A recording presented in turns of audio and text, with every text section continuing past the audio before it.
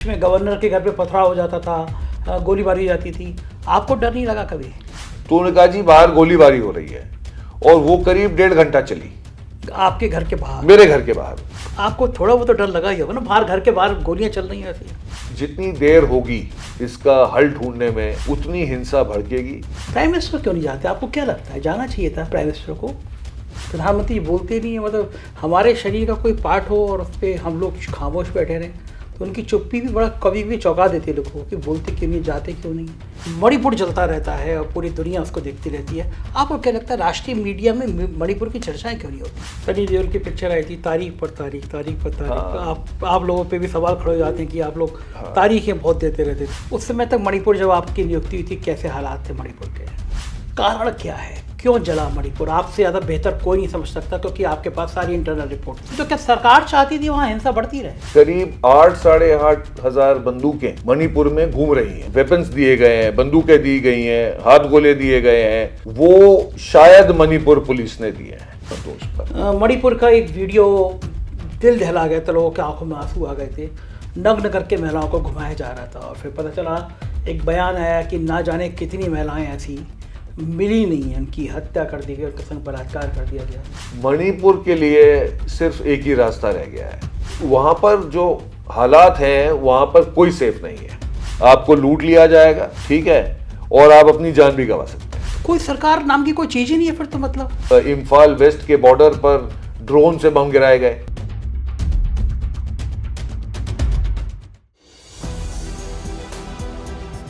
नमस्कार, मैं हूं संजय शर्मा। आप देख रहे हैं 4PM न्यूज़ नेटवर्क। कभी कभी अक्सर आप अपने अड़ोस पड़ोस में भी देखते रहते होंगे, कोई दो लोगों में लड़ाई हो जाती है तो कहते हैं मैं तुमको अदालत में देख लूँगा। ये जो लाइन है, ये एक अदालत के प्रति विश्वास का प्रतीक है।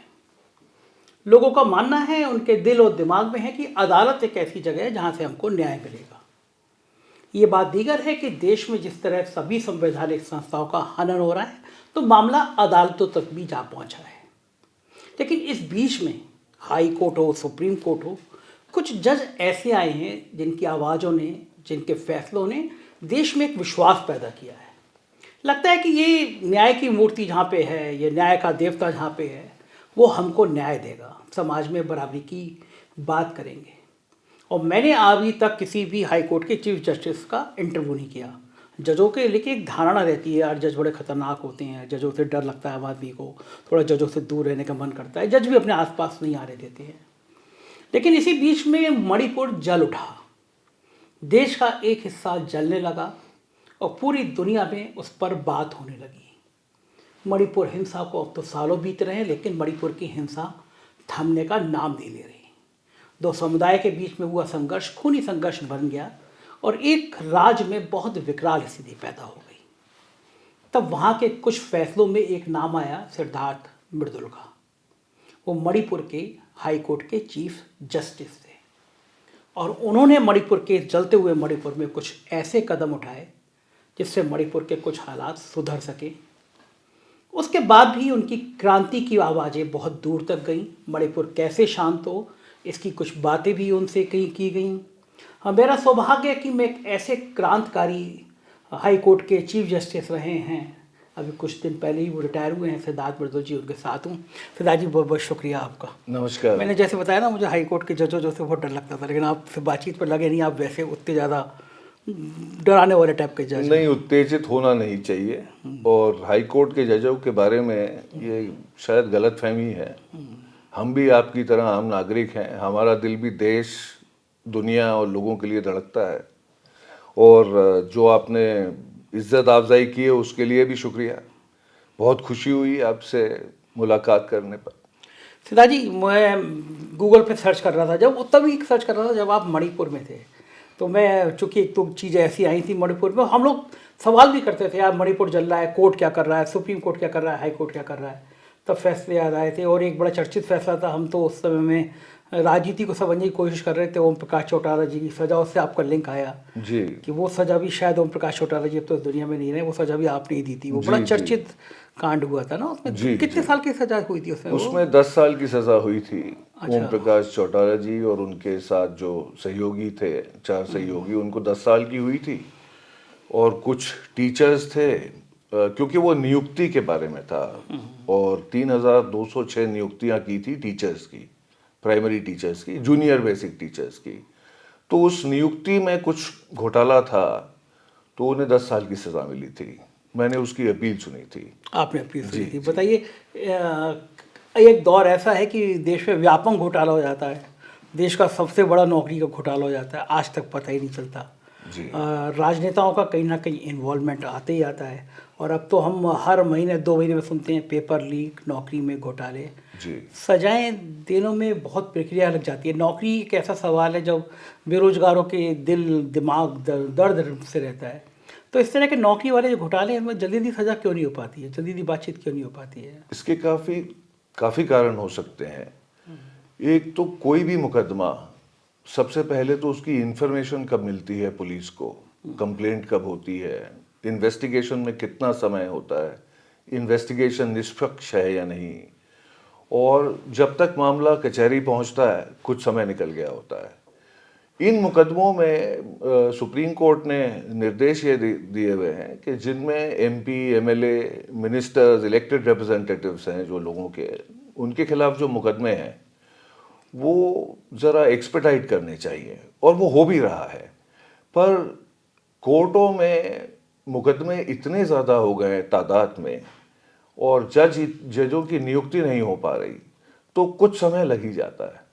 सनी देओल की पिक्चर आई थी, तारीख पर तारीख, तारीख पर तारीख। आप लोगों पे भी सवाल खड़े हो जाते हैं कि आप लोग तारीखें बहुत देते रहते थे। नहीं, न्याय प्रणाली का जो सबसे भीषण जो रुख है वो यही है कि तारीखें लगती हैं, पर उन तारीखों के पीछे सच्चाई ये है कि ज़्यादातर तारीखें, और इस पर एक विधि संस्थान है, उन्होंने रिसर्च की थी और उन्हें प्रतिशत बताया था कि जजेस के मारे देर कितनी होती है, तो बहुत ही न्यूनतम प्रतिशत था। ज़्यादातर देर तब होती है जब वकील समय लेते हैं, तारीखें मांगते हैं, मुकदमा लंबा खींचने के लिए, मुकदमा लंबा करते हैं, या उनको ठीक से इंस्ट्रक्शंस नहीं मिलते, या जो वादी प्रतिवादी होते हैं उनकी माली हालत अच्छी नहीं होती, वो वकीलों को ठीक से इंस्ट्रक्ट नहीं कर पाते। तो कारण बहुत हैं। और दूसरा सबसे बड़ी बात यह है कि देखिए आप, अमेरिका का जो सुप्रीम कोर्ट है, जितने मुकदमे यूनाइटेड स्टेट सुप्रीम कोर्ट एक साल में सुनता है, उतने मुकदमे हमारे जज एक दिन में सुनते हैं। एक दिन में? जी जी। मैं मणिपुर में जब आखिर में बैठा हुआ था, तो मैं डिवीज़न बेंच और सिंगल बेंच दोनों किया करता था। तो ऐसा कोई रोज़ नहीं था जब हमारे सामने 100 मुकदमे नहीं लगते थे, और 100 से ज़्यादा 100 मुकदमे लगते थे। ये बात और है कि उनमें 70 में तारीख लग जाती थी, क्योंकि ज़्यादातर वकील तारीख मांगते थे या लिटिगेंट्स तारीख मांगते थे। हमें तो मुकदमे सुनने हैं, आज नहीं तो कल हमें तो रोज़ मुकदमे सुनने हैं। हम तो वहाँ हैं ही इसलिए कि मुकदमे सुनकर उनका फैसला जल्द किया जाए। तो कारण काफ़ी हैं। ये भी हो सकता है कि अगर जजेस का पॉपुलेशन के हिसाब से रेशियो बढ़ा दिया जाए तो मुकदमों की सुनवाई जल्द होगी। वो कहा जाता है कि अच्छा वकील वही होता है जो लंबा खींच सके। आपने भी तो वकालत की है। हाँ, मैंने बहुत साल वकालत की है। आपने भी कुछ ट्रिक मैं अब भी वकालत कर रहा हूँ। मैंने पहले मेरी नियुक्ति हुई, उसके पहले 22 साल मैं वकील था। आपने कुछ ऐसी ट्रिक इस्तेमाल की थी कभी, कोई तारीख? नहीं, मेरी कोशिश हमेशा से ये रही है कि जो भी आपका मुवक्किल हो, उसको जल्द से जल्द, जो भी वो चाहता है, जल्द से जल्द फैसला हो जाए। नहीं तो इसमें घर बर्बाद हो जाते हैं, माली हालत अच्छी नहीं रहती। तो मैं ये नहीं कह रहा कि बाकी वकीलों का ये रवैया नहीं है, सबका यही रवैया है, पर बड़े कारण हैं इस पूरी प्रक्रिया में। जी। आप हाई कोर्ट में थे, यहाँ पे जी, दिल्ली हाई कोर्ट में नियुक्ति हुई थी मेरी। अचानक खबर आई कि आपको मणिपुर में भेज दिया गया। उस समय तक मणिपुर, जब आपकी नियुक्ति हुई थी, कैसे हालात थे मणिपुर के? देखिए, जब तक मेरी नियुक्ति हुई थी जुलाई 2023 में, पर मैं वहाँ पर मैंने अपना पद संभाला अक्टूबर 20, 2023, क्योंकि वो नियुक्ति में कुछ समय लगा, वो क्लियरेंसेस नहीं आए। 3 मई 2023 को मणिपुर में बड़ी हिंसक घटनाएं हुई और बहुत खून खराबा हुआ, और बहुत सारे मणिपुरी, चाहे किसी भी समुदाय के हों, वो बेघर हुए। तो जब तक मैं मणिपुर पहुंचा, वहाँ पर जो माहौल था वो इतना बहुत बुरा माहौल था। और 60,000 करीब लोग मणिपुरी वो रिलीफ कैंप्स में रहते थे, और उनमें हर समुदाय, अभी मैती समुदाय के लोग भी थे, कुकी समुदाय के लोग भी थे। तो मणिपुर का हाल अच्छा नहीं था। जब मेरी स्वेरिंग इन हुई, जब मैंने पद संभाला, तो बहुत बुरा हाल था मणिपुर का। मणिपुर जलना शुरू हो गया था, मणिपुर के हालात ख़राब हो रहे थे। एक चीफ जस्टिस की भूमिका जब आप मणिपुर जा रहे थे, आपके दिमाग में क्या था? क्योंकि ऐसा ही नहीं है कि केवल जो मुकदमे आए वही सुना जाता है। चीफ जस्टिस तो स्वतः एक मुकदमा ले सकता है वो। जी तो आपके दिमाग में था कि ये इस जलते हुए राज्य में आपको भेजा जा रहा है, जी तो कुछ इस राज्य को संभालने, चूँकि आप क्रांतिकारी विचारों से भी रहे हैं, तो इस राज्य को संभालने के लिए मुझे कुछ करना, ये विजन में था आपके? जी जी। उस समय जो मुख्य न्यायाधीश थे सुप्रीम कोर्ट के, डॉक्टर डी.वाई. चंद्रचूड़ साहब, उन्होंने मुझे एक रोज़ शाम को टेलीफोन किया और कहा, सिद्धार्थ, मणिपुर जल रहा है और हमें ऐसा लगता है कि बोथ एज अ जज एंड एज अ पर्सन आपसे इस समय आपसे काबिल आदमी नहीं है जो वहाँ जाकर मणिपुर का ख्याल रख ले, तो आप जाएंगे? तो मैंने उन्हें कहा कि माई बैग्स आर पैक्ड, आप जब कहेंगे मैं कल चला जाऊंगा। ऐसे मेरी नियुक्ति हुई। और मैंने हमेशा ये सोचा है कि जब आप पब्लिक सर्विस में आते हैं, देखिए वकालत में माली हालत ज़्यादा अच्छी होती है। जजेस का जो है, हम लोग वकीलों का मुकाबला पैसे के उसमें नहीं कर सकते। तो हमारा तो पर्पस यही होता है कि लोगों की सेवा की जाए। तो मुझे तो बहुत अच्छा लगा कि मुझे मणिपुर भेजा जा रहा है, क्योंकि मेरा ये सोचना था कि मैं शायद जाके वहाँ पर कुछ बदलाव ला सकता हूँ, कुछ हालात सुधार सकता हूँ। मैं इसीलिए गया था। एज ए चीफ जस्टिस, इन हालातों को, जो हालात बेकाबू हो रहे थे, आपने कौन सी पहल करी जो आपको लगा कि ये ठीक हो सकता था? देखिए, जब मैं वहाँ पहुँचा तो सबसे बड़ा मुद्दा जो था, वहाँ पर 3 मई के बाद उन्होंने इंटरनेट बैन कर दिया था। तो मणिपुर से ना आपस में अंदर बात हो सकती थी, ना मणिपुर से बाहर बात हो सकती थी। तो सबसे पहले तो हमने सरकार को ये निर्देश दिया कि इंटरनेट बैन को लिफ्ट किया जाए, ताकि लोग परिवार से, घर वालों से, संबंधियों से, जानकार लोगों से और एक दूसरे से बात कर सकें। तो सबसे बड़ा मुद्दा तो वही था, क्योंकि मई के बाद वहाँ पर इंटरनेट बैन लिफ्ट हुआ मेरे ख्याल से नवंबर के पहले हफ्ते में। तो सबसे पहला जो एजेंडा पे था वो था कि इंटरनेट बैन जो है इसको लिफ्ट करवाना है। तो सबसे पहले उसको लिफ्ट कराया गया। तो कहा जाता है कि जब चीफ जस्टिस के ऐसे फैसले होते हैं तो सरकार के बीच में आड़े आती है, सरकार को पसंद नहीं आता है कि उसने इंटरनेट रोका और आपने आदेश कर दिया। आपके फैसले के खिलाफ सरकार सुप्रीम कोर्ट भी गई थी या नहीं? नहीं, उस फैसले के खिलाफ सरकार सुप्रीम कोर्ट इसी लिए नहीं गई, क्योंकि हमने सरकार से पूछा था कि किस कारणवश अभी भी आपने इंटरनेट बैन लगा रखा है। तो उन्होंने कहा जी कि ये हिंसा की जो घटना है उनको बढ़ावा देता है। तो हमने कहा, ये बताइए कि किस एरिया में हिंसा को भड़काया है इंटरनेट ने। तो वो बहुत कुछ ही इलाके थे जहां पर इंटरनेट को मिसयूज किया जा रहा था। बाकी ज़्यादातर प्रदेश में ऐसा कुछ नहीं था। तो हमने कहा कि जहां पर हिंसा को नहीं भड़काया जा रहा, वहां तो आप इंटरनेट का जो बैन है उसको लिफ्ट कर दीजिए। तो वो मान गए। 2-3 तारीखें लगी, पर वो मान गए। उन्होंने कहा वहां हम बैन लिफ्ट कर देते हैं, आप निर्देश दे दीजिए। ओके। दुनिया में भारत इकलौता देश है जहाँ सबसे ज़्यादा इंटरनेट रोक दिया जाता है। जरा सा तनाव होता है और इंटरनेट रोक दिया जाता है। जी। और इस बात की बड़ी आलोचना होती है, दुनिया भर में आलोचना होती है कि भारत अभिव्यक्ति की आज़ादी को रोकता है, इंटरनेट को रोक देता है। क्या ये सही कदम होता है राज्य सरकारों का कि वो तुरंत इंटरनेट बंद कर देते हैं? देखिए, ये कहना कि बिल्कुल ही गलत होता है निर्णय, वो सही नहीं होगा। पर ज़्यादातर इंटरनेट बैन नहीं होना चाहिए, क्योंकि एक ही ज़रिया है आज के ज़माने में, एक ही ज़रिया है संपर्क में रहने का, वो है इंटरनेट। क्योंकि हर आदमी इस देश में जितना मोबाइल पेनिट्रेशन हिंदुस्तान में है, शायद विश्व में कहीं नहीं है। और हम लोग पूरी तरह से मोबाइल टेलीफोनी पर निर्भर हैं। तो इंटरनेट बैन तो नहीं होना चाहिए, वो फ्रीडम ऑफ एक्सप्रेशन के विरुद्ध है, वो तो नहीं होना चाहिए। वो फैसला ज़्यादातर सही नहीं है, इंटरनेट को बैन करना। हाँ बिल्कुल ठीक बात है, क्योंकि लोग इसका विरोध करते रहते हैं। अब मणिपुर पर लौटते हैं। मणिपुर के जो हालात बेकाबू हो रहे थे और आपके टाइम में भी और बढ़ते चले गए, कारण क्या है? क्यों जला मणिपुर? आपसे ज़्यादा बेहतर कोई नहीं समझ सकता, क्योंकि आपके पास सारी इंटरनल रिपोर्ट थी, आप मुकदमा सुन रहे थे, आप फैसला दे रहे थे। कारण क्या था? क्यों? मेन जड़ कहाँ है मणिपुर के जलने में? देखिए, मणिपुर के जलने में काफ़ी कारण हैं, और एक कारण ये है कि जो मैती हैं वो चाहते हैं कि उन्हें भी शेड्यूल्ड ट्राइब का स्टेटस मिले, और वो सीधे सीधे जो सरकारी नौकरियां हैं जहां रिजर्वेशन है उस संदर्भ में है, क्योंकि वहाँ पर बहुत सारी जनजातियाँ हैं जो शेड्यूल ट्राइब में आती हैं, उनके लिए रिजर्वेशन है। तो सारे जो सरकारी अफसर हैं, और ज़्यादातर नौकरियाँ मणिपुर में सरकारी हैं, वहाँ पर और व्यवसाय कम है, वहाँ पर इंडस्ट्री नहीं है, वहाँ पर फ़िलहाल टूरिज़्म नहीं है।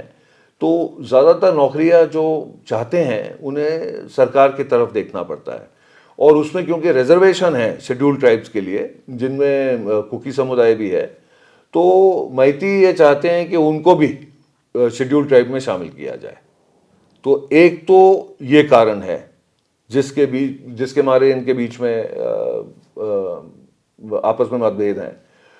दूसरे और भी कारण हैं, वो है ज़मीन, क्योंकि वहाँ पर सिर्फ 10% या उससे भी कम ज़मीन जो है वो मैदानी इलाकों में है, 90% जो है ज़मीन वो पहाड़ी इलाकों में है, और मैती ज़्यादातर ज़मीनी इलाकों में रहते हैं और पहाड़ों में बाकी जनजातियाँ रहती हैं।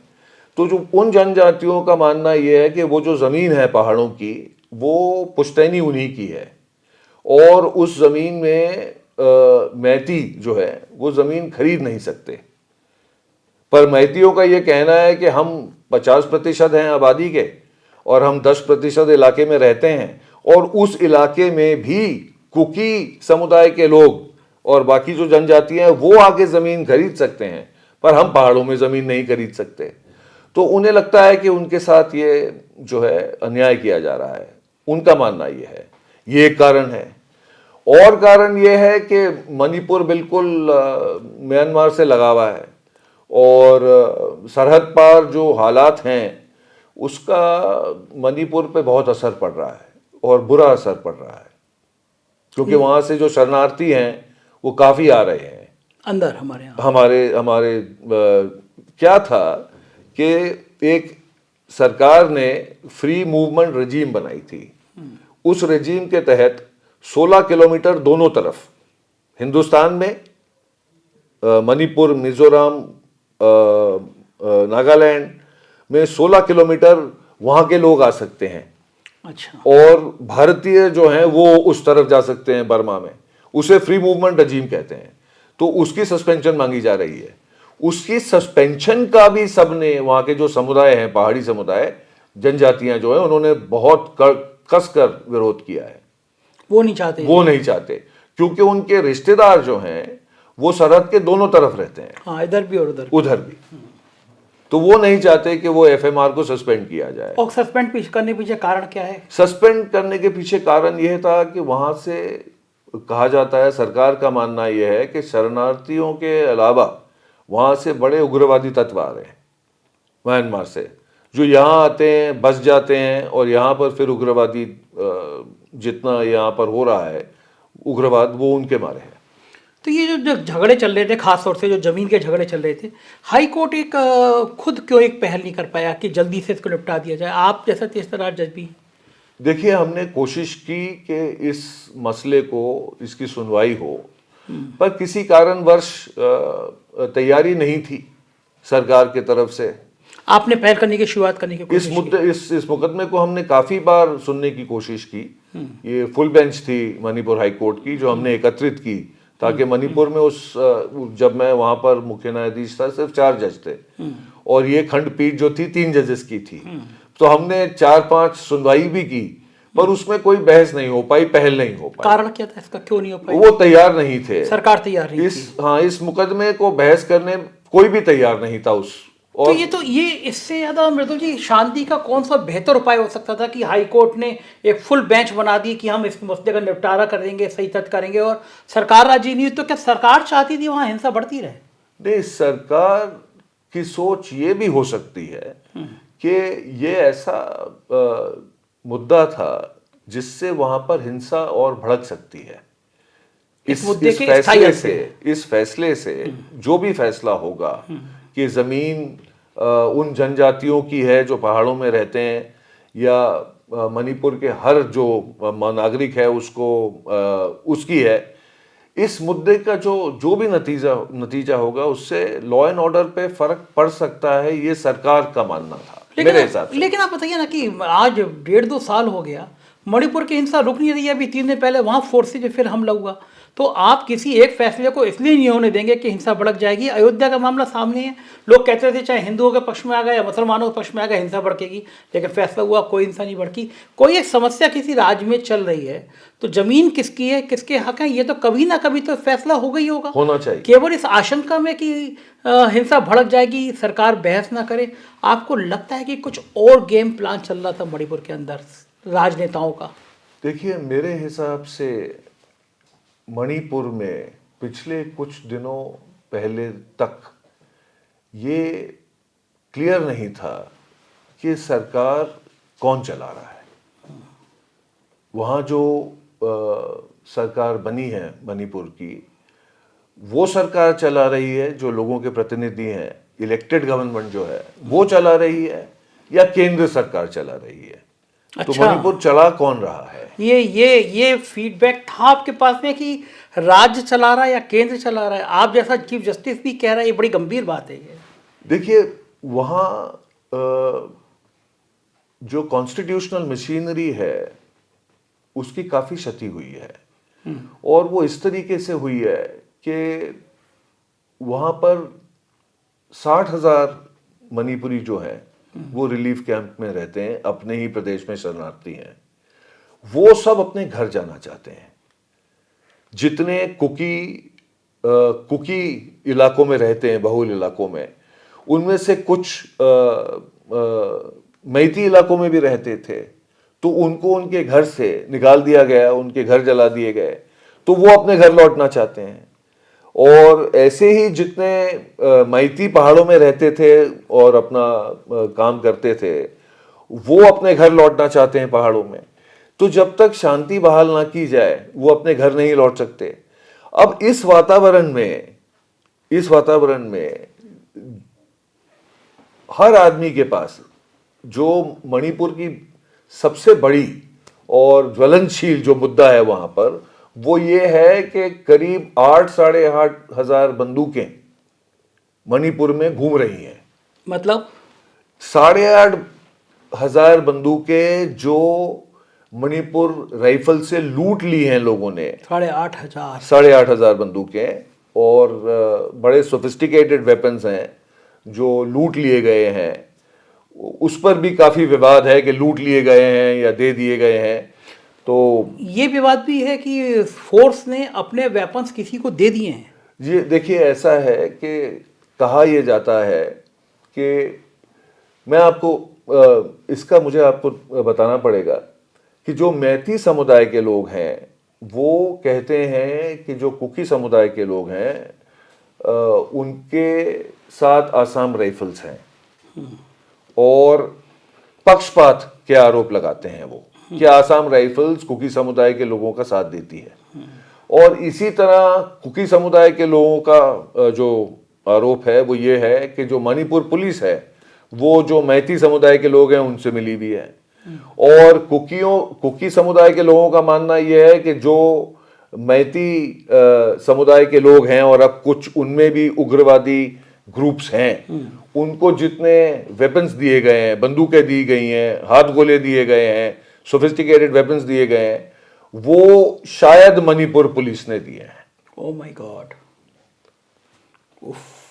ये वहां चर्चा, इस पर विवाद काफी बड़ा है। बहुत ही संवेदनशील बात भी है जी। इसकी कोई जांच हुई? कभी कोई ऑर्डर हुआ? आपके टाइम में आ गई थी ये बात सामने? ये बातें जो हैं, मेरे मणिपुर पहुंचने से पहले जो मणिपुर में हिंसक घटनाएं हुई उस पर सुप्रीम कोर्ट ने SIT अपॉइंट किए गए, कमिटी तो अपॉइंट की थी रिहैबिलिटेशन के लिए, पर उन्होंने एसआईटी अपॉइंट किए थे कि जो ये हिंसक घटनाएं हुई थी इनका इन्वेस्टिगेशन किया जाए। तो वो तहकीकात चल रही थी, तो हमने उस तहकीकात में हस्तक्षेप नहीं किया क्योंकि सुप्रीम कोर्ट वो सीज्ड ऑफ द मैटर। पर ये जो मुद्दा है कि ये वेपन्स लूट लिए गए हैं या दे दिए गए हैं, इस पर अभी इंक्वायरी नहीं हुई है। ये एलिगेशंस अभी भी इन्वेस्टिगेट किए जा रहे हैं।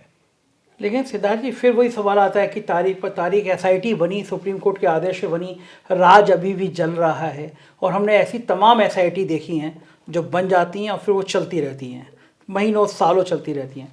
ये इतना संवेदनशील विषय है कि आपको नहीं लगता कि एसआईटी की जांच रिपोर्ट बहुत लेट हो रही है? अब तक इतने इतने आईपीएस लगाए गए हैं वहाँ पे इस कमेटी की जांच के लिए और इतना बड़ा मुद्दा भी नहीं है। आपको लगता है कि कुछ ज़्यादा ही टाइम खींचा जा रहा है ज़्यादा एसआईटी की जांच के लिए? ये तो नहीं कह सकता कि खींचा जा रहा है क्योंकि तहकीकात में समय लगता है। पर हाँ, ये है कि ऐसे मुद्दों में तहकीकात जितनी जल्द हो उतना अच्छा है, क्योंकि जब तक ये जो कोर इश्यूज हैं जिसके हमारे मणिपुर में इतने भेदभाव हैं लोगों में, उस पर जितनी जल्दी निर्णय लिया जाए, जितनी जल्दी इन्वेस्टिगेशन किया जाए, उतना अच्छा है, उतना अच्छा है। मैं आपसे सहमत हूँ इस पर। मणिपुर का एक वीडियो दिल दहला गया था, लोगों के आंखों में आंसू आ गए थे। नग्न करके महिलाओं को घुमाया जा रहा था और फिर पता चला, एक बयान आया कि ना जाने कितनी महिलाएं ऐसी मिली नहीं हैं, उनकी हत्या कर दी गई, उनके संग बलात्कार कर दिया गया। वो वीडियो शायद भारत के मुंह पे तमाचा था कि भारत की जो इमेज थी, भारत की जो छवि थी, उस वीडियो की पड़ताल भी आपसे, वो वीडियो आपके पहले जाने से पहले का था? पहले का था। बड़ी दर्दनाक घटना है वो, और ऐसी काफ़ी दर्दनाक घटनाओं का ब्यौरा दिया जाता है। पर ये मेरे जाने से पहले था और उस पर भी एसआईटी है, उसके इन्वेस्टिगेशन पर भी सुप्रीम कोर्ट अपॉइंटेड एसआईटी है और वो सब जांच करती रहेगी, वो जांच चल रही है, करती रहेगी। वो रिपोर्ट जो है वो मैटर सुप्रीम कोर्ट में है। सुप्रीम कोर्ट का नहीं कहना चाहिए, टाइम बॉन्ड नहीं करना चाहिए कि भाई तुम 3 महीने 4 महीने और 5 अफसर भेज दो और 10 अफसर भेज दो जांच के लिए। इतनी बड़ी जांच है कि उसके लिए महीनों लगा दिया जाता है। समय लग रहा है, लगना नहीं चाहिए। लगना नहीं चाहिए, आप भी सहमत है इस बात से? समय सभी सहमत हैं, लगाया जा रहा है। कोई पॉलिटिकल मोटिव भी था इस मणिपुर को हिंसा को भड़काने में? लोग आरोप लगाते हैं ऐसा। देखिए, पॉलिटिकल मोटिव कोई ऐसा साफ जाहिर तो नहीं होता, पर जैसे कहा जाता है कि जब कहीं भी हिंसा भड़कती है तो कुछ लोगों का तो फायदा होता ही है, कुछ लोगों का फायदा होता है, कुछ तत्व ऐसे हैं जिनका फायदा होता है। अब वो तत्व कौन हैं, कौन लोग हिंसा भड़का रहे हैं? बाहरी ताकतें हैं कि हमारे देश के भीतर लोग हैं जो भड़का रहे हैं? ये भी इस पर भी इन्वेस्टिगेशन होना चाहिए। आपको लगता है कि देश के अंदर भी कुछ लोग हो सकते हैं जो भड़का रहे हैं और देश के बाहर भी हो सकते हैं? नहीं, देश के अंदर हमारे अपने भारतीय जब तक इसमें शामिल ना हो तब तक बाहर से इतनी हिंसा और नहीं भड़काई जा सकती। आप तो उन चीफ जस्टिस में थे जिसका जनता से भी संवाद था, लोग आपको आते थे, मिलते थे, बताते थे, क्योंकि आप मृदुभाषी हैं, लोगों से मिलने में विश्वास भी करते हैं। फीडबैक तो आपको भी मिल गया होगा कि कौन भड़का रहा है? नहीं, फीडबैक तो ऐसे मिलता था कि हमने वहाँ एक मुहिम शुरू की थी कि जितने रिलीफ कैंप्स थे वहाँ जाकर हम ह्यूमैनिटेरियन एड देंगे। अच्छा। तो उसमें जितने कुकी समुदाय के रिलीफ कैंप्स थे और जितने मैती समुदाय के रिलीफ कैंप्स थे, मैं और मेरे सारे कॉलीग्स और मणिपुर के सारे वकील सारे एकत्रित होकर हम सारे रिलीफ कैंप्स में जाते थे। तो उन चर्चों में ऐसा लगता था कि वो चाहते हैं कि ये हिंसा जो है, जो भड़काई गई है, जो लोगों के बीच में ये विभाजन किया गया है, इसको समाप्त करना चाहिए और लोगों को, सरकार को ये सुनिश्चित करना चाहिए कि ये लोग अपने घर लौट जाएं, क्योंकि जब तक वो अपने घर नहीं लौटेंगे ये हिंसा रुकेगी नहीं।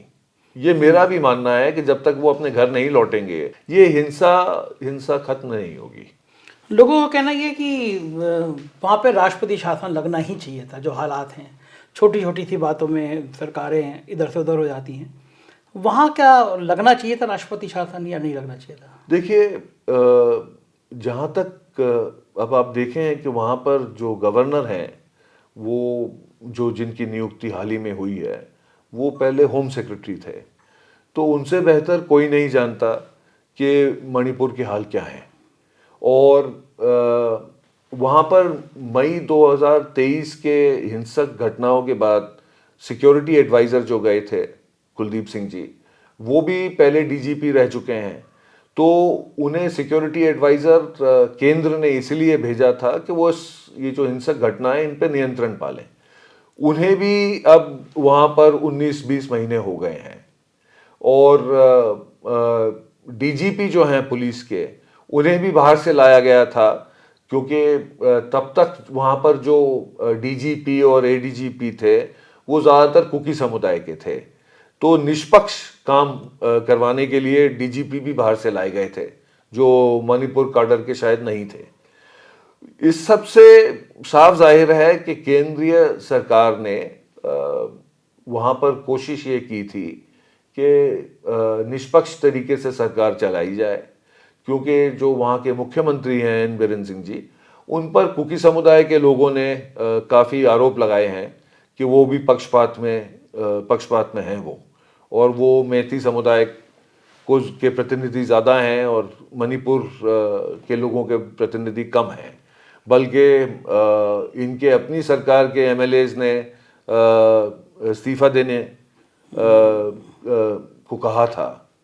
तो आरोप तो बहुत हैं, इनकी सच्चाई कहाँ है, क्योंकि इस पर किसी मुद्दे पर तहकीकात तो हो नहीं सकती, और ये तो जो एजेंसियां हैं, जांच एजेंसियां, वही बता सकती हैं कि किसका क्या रोल है। पर एक बात मैं आपको कह सकता हूँ कि मणिपुर के लिए सिर्फ एक ही रास्ता रह गया है। सबसे पहले ये है कि वहाँ पर शांति बहाल की जाए। उसके लिए जितनी भी बंदूकें, असला, बारूद वहाँ पर फ्रीली सर्कुलेट कर रहा है, जो सिर्फ मणिपुर के लिए नहीं पूरे भारतवर्ष के लिए खतरनाक है, उसको तो रिकवर करना होगा। कैसे किया जाए, क्या? देखिए, 60-70 हजार पुलिसकर्मी वहाँ मौजूद हैं, आर्मी मौजूद है, हाँ, और आबादी बहुत छोटी है, मणिपुर बहुत बड़ा राज्य नहीं है। तो बहुत ज़्यादा मुश्किल नहीं होनी चाहिए कि जो लूटे हुए वेपन्स हैं या जो वेपन स्मगल करके लाए हैं म्यांमार से, और बड़े सोफिस्टिकेटेड वेपन हैं, अभी 2 या 3 रोज पहले भी बरामद हुए हैं। उसमें एसएलआर है, सेल्फ लोडिंग राइफल हैं, उसमें स्नाइपर राइफल हैं। और मुझे एक किस्सा याद है कि एक पुलिस अफसर को मोरे में 2 या 2.5 किलोमीटर 3 किलोमीटर की दूरी से स्नाइपर ने सर पे गोली मार दी थी। My God. तो वहां पर जो हालात हैं, वहां पर कोई सेफ नहीं है, कोई सेफ नहीं है। मैं आपको इसलिए कह रहा हूं ये कि मुझे याद है एक बार मुख्यमंत्री जी सड़क से जा रहे थे जिरीबाम, जहां पर बहुत हिंसक घटनाएं हुई हैं अभी हाल फिलहाल में, और जिरीबाम के रास्ते में जो उनकी एडवांस पार्टी थी, उन्हीं को एम्बुश कर दिया नेशनल हाईवे पर। तो जब मुख्यमंत्री किसी प्रदेश के, जब वो अपनी सेफ्टी नहीं सुनिश्चित कर सकते, तो बाकी लोगों का, वहां पर सड़कों पर 2 राष्ट्र मार्ग हैं वहां पर, एक दीमापुर से आता है नागालैंड से, दूसरा आता है कचार से आसाम से। दोनों रास्तों पर आप नहीं चल सकते, दोनों रास्तों पर आपको उठा लिया जाएगा, अरे बाप रे, हाँ, आपको लूट लिया जाएगा, ठीक है, और आप अपनी जान भी गंवा सकते हैं। तो प्रदेश के दोनों रास्तों पर, तो प्रदेश के लोग उन सड़कों पर, उन राष्ट्रमार्ग पर घूम नहीं सकते। वो पिटिशन भी पेंडिंग थी, उसमें भी डायरेक्शंस दिए गए हैं कि हालात सुधारिए। जी, आपने क्या आखिरी तारीख पर भी, जब मैंने अपना पद छोड़ा, उस तारीख पर भी हमने उनको कहा था कि जी, जो राष्ट्रमार्ग हैं उन पर तो सिक्योरिटी होनी चाहिए कि लोग आ जा सके, और ये तो हर समुदाय के लोगों की मांग यही है, क्योंकि वहां पर लुटेरे, उग्रवादी घूम रहे हैं।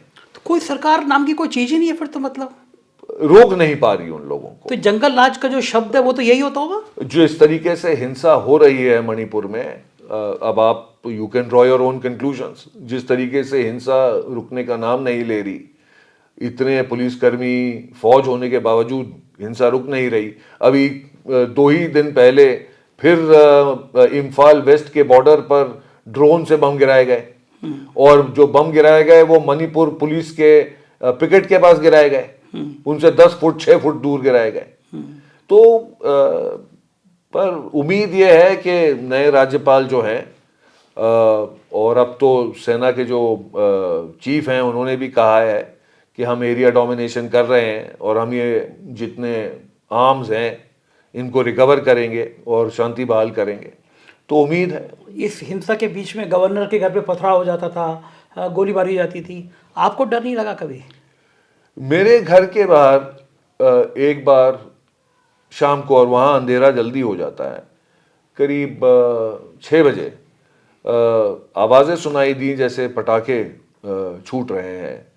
तो मेरे जो पुलिसकर्मी थे जो मेरे साथ रहते हैं, मैंने देखा कि उन्होंने गेट बंद करके वो सब अंदर घर में आ गए थे। तो मैंने उनसे पूछा कि क्या हो रहा है, तो उन्होंने कहा जी बाहर गोलीबारी हो रही है, और वो करीब 1.5 घंटा चली। आपके घर के बाहर? मेरे घर के बाहर। और जहां पर चीफ जस्टिस का घर है उसी के बाहर गोलीबारी चल रही थी, और वहीं करीब में राजनिवास है और करीब ही में मुख्यमंत्री जी का आवास है। वहां गोलियां चल रही हैं? वहां गोलियां चल रही थी। बाद में ये बताया गया, हमें ब्रीफिंग ये की गई कि ब्लैंक्स फायर किए जा रहे थे, क्योंकि एक बहुत बड़ी मॉब वहां पर एकत्रित थी जो मणिपुर राइफल्स की आर्मरी थी, वहां से बंदूकें लूट रही थी। तो उनको रोकने के लिए ब्लैंक्स फायर किए जा रहे थे और टीयर गैस शेल्स लॉक किए जा रहे थे। उनकी भी आवाजें 1.5 घंटे तक आवाजें आई हैं। आपको उस समय कैसा लगा? देखिए, चिंता होती है प्रदेश के लोगों के लिए। हम तो अपने घर में महफूज थे, पर जो घर के बाहर थे चिंता उनकी ज्यादा थी। आपको थोड़ा बहुत तो डर लगा ही होगा ना, बाहर घर के बाहर गोलियां चल रही हैं ऐसे? नहीं, मैं ये नहीं कह सकता मुझे डर लगा, मुझे दुख जरूर हुआ, पर डर नहीं लगा। डर क्योंकि जब मैं मणिपुर गया था, मुझे इस बात में भली भांति पता थी मुझे कि ये हिंसक घटनाएं मणिपुर में होती हैं। और जब मैं कुकी कैंप्स में जाया करता था, चूरा चांदपुर में या कांगपोकपी में या जिरीबाम में, तो मुझे कहा जाता था कि आप इन इलाकों में, इन डिस्ट्रिक्ट में मत जाइए। पर मैं सारी डिस्ट्रिक्ट में गया मैं, जहाँ पर कुकी कैंप्स है वहाँ भी गया मैं, और मुझे कभी ऐसा नहीं लगा कि मेरी जान खतरे में है, क्योंकि उनका सबसे कोई बैर नहीं है। जो बैर है आपस में है, और वो बैर भी मेरे हिसाब से उसका हल ढूंढा जा सकता है, बातचीत से उसका हल ढूंढा जा सकता है। पर बातचीत करना कोई चाहता नहीं है। नहीं, बातचीत करना सब चाहते हैं, पर उसके लिए पहले इनको डिसआर्मामेंट करना पड़ेगा। केंद्र सरकार, मैं पहले भी कह चुका हूँ, केंद्र सरकार की कोशिश यही है कि सारे जो आर्म्स हैं उनको उनको वापस लिया जाए, और उनको ऐसी जगह रखा जाए जहाँ पर कोई लूट ना सके उन्हें। और फिर सारे समुदाय के लोगों को, क्यों मैती, क्यों और भी लोग हैं, नागा भी हैं, और कुछ नागा एरियाज में भी थोड़ा बहुत अनरेस्ट अभी रिसेंटली शुरू हुआ है। उखरूल में कुछ हिंसा हुई। अभी आसाम राइफल्स का कैंप, टेम्पररी कैंप एक नागा एरिया से हटाया गया। उन्होंने मांग की कि ये फौज यहाँ नहीं होनी चाहिए। तो ये जो जितनी देर होगी इसका हल ढूंढने में, उतनी हिंसा भड़केगी और उतना एक दूसरे पर विश्वास कम होगा। लोग कह रहे हैं कि प्रधानमंत्री जितने लोकप्रिय हैं, एक बार चले जाते, शांति की अपील कर लेते तो मामला बन जाता। प्राइम मिनिस्टर क्यों नहीं जाते? आपको क्या लगता है, जाना चाहिए था प्राइम मिनिस्टर को? संजय जी, इस पर जाना तो चाहिए प्रधानमंत्री जी को, पर मैं क्या प्रतिक्रिया दे सकता हूँ। और लोग बड़ा चौंकते हैं कि प्रधानमंत्री बोलते नहीं है, मतलब हमारे शरीर का कोई पार्ट हो और उस पर हम लोग खामोश बैठे रहें, तो उनकी चुप्पी भी बड़ा कभी भी चौंका देती है लोगों को कि बोलते क्यों नहीं, जाते क्यों नहीं है। जी नहीं, गृह मंत्री जी मणिपुर, गृह मंत्री जी एक से ज़्यादा बार मणिपुर गए हैं, और हाँ, इसका इसका जवाब तो वही दे पाएंगे। ठीक बात है, वही दे पाएंगे। एक आखिरी सवाल, जी। मणिपुर चलता रहता है और पूरी दुनिया उसको देखती रहती है, आपको क्या लगता है राष्ट्रीय मीडिया में मणिपुर की चर्चाएं क्यों नहीं होती हैं? होनी चाहिए, देश का एक हिस्सा है वो भी। मणिपुर को हमने बिल्कुल आइसोलेट कर दिया है, छोड़ दिया उसको उसका हाल। मणिपुर को बिल्कुल आइसोलेट कर दिया है, बल्कि वहाँ पर हर समुदाय के लोग, जब मेरी उनसे चर्चा होती थी तो वो यही कहा करते थे कि हमें तो भूल गए हैं, ये याद ही नहीं है, ये याद ही नहीं है इस देश के लोगों को। और मेनलैंड कहा जाता है, हम जहाँ बैठे हैं दिल्ली, इसको मेनलैंड कहते हैं वो, कि जी मेनलैंड के लोगों को नॉर्थ ईस्ट की फिक्र ही नहीं है और मणिपुर को तो भूल से ही गए हैं, उन्हें ये लगता ही नहीं है कि मणिपुर इस देश का हिस्सा है। ठीक बात है, बहुत दुखद है ये। सरदार जी बहुत बहुत शुक्रिया, आपने मुझे इतना समय दिया। धन्यवाद, धन्यवाद। ये थे सिद्धार्थ मृदुल जी, और ये मणिपुर में चीफ जस्टिस थे। सोचिए मणिपुर के क्या हालात हैं, 2 राजमार्ग हैं, उनसे आप निकल नहीं सकते, आप लूट लिए जाएंगे, आपकी हत्या कर दी जाएगी। चीफ जस्टिस के घर के बाहर 1.5 घंटे तक गोलियां चलती हैं। बाकी किसी को मणिपुर का माँ भी याद नहीं रहता है। ये देश का एक राज है, हमारा एक अंग है। कैसा लगा ये इंटरव्यू, कैसी लगी बातचीत? तो सिद्धार्थ जी कैसे जज लगे आपको, और क्या आपको लगता है कि इस देश के बाकी हाई कोर्ट के जज, सुप्रीम कोर्ट के जजों के अंदर भी यही ऊर्जा, यही तीव्रता, समाज के लिए यही काम करने की ललक होनी चाहिए? ज़रूर बताइएगा। चैनल को सब्सक्राइब और ज्वाइन कीजिएगा। शुक्रिया, थैंक यू।